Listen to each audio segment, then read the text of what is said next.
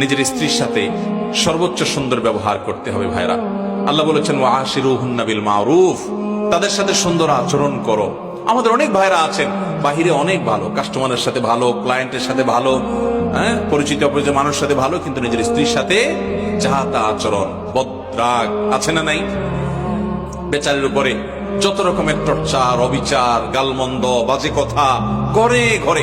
অনেক লোক আছে বাহিরে অনেক সভ্য ভদ্র, ওনাকে মানুষ অনেক ভালো জানে, কিন্তু ওনার বউ জানে ওনার চরিত্রের হাল কি, ঠিক কিনা? এই জন্য নবী করিম সাল্লাল্লাহু আলাইহি ওয়াসাল্লাম বলেছেন যে খায়রুকুম খায়রুকুম লিআহলি ওয়া আনা খায়রুকুম লিআহলি। তিনি বলেছেন তোমাদের মধ্যে সবচেয়ে ভালো মানুষ কে? এই মাহফিলের মধ্যে সবচেয়ে ভালো মানুষ কে? যে তার পরিবারের কাছে, কোন কোন হাদিস তিনি স্ত্রীকে নির্দিষ্ট করে বলে দিয়েছেন যে তার স্ত্রীর কাছে ভালো। অর্থাৎ স্ত্রী যদি বলে দিল থেকে যে আমার সাহেব, আমার স্বামী ওনার মতো মানুষ হয় না, উনি আসলে একজন অমায়িক ভালো মানুষ, এই সার্টিফিকেট যদি বউয়ের কাছ থেকে নিতে পারেন তো আল্লাহর কাছেও আপনি ভালো। নিতে পারবেন সবাই? যায় বাসায় বউকে জিজ্ঞাসা করবেন যে হাদিসের ভাষ্য মতে তোমার সার্টিফিকেট ছাড়া আমি ভালো হওয়ার সুযোগ নাই, আসলে আমি মানুষটা কেমন বলো। যদি বউ হেসে দেয় পিক করে, তাহলে বুঝবেন যে কাহিনী ভিন্ন। বুঝতে পেরেছেন? যদি হেসে দেয় তাহলে বুঝতে হবে আলামত ভালো না। অতএব স্ত্রীর কাছে ভালো হওয়ার জন্য নিজের আচরণটাকে সুন্দর করার চেষ্টা করতে হবে ইনশাআল্লাহ। অনেক মানুষ আছে এই জায়গা ধরা খেয়ে যাবে।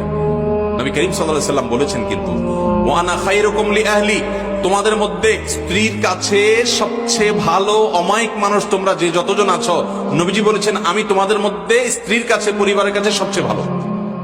অতএব এই গুণটা অর্জন করার চেষ্টা করবেন তো ইনশাআল্লাহ। আজ থেকে বউয়ের সাথে কোনো খারাপ আচরণ করা যাবে, রাগারাগি করে বাজে কথা বলা যাবে ভাইরা আমার।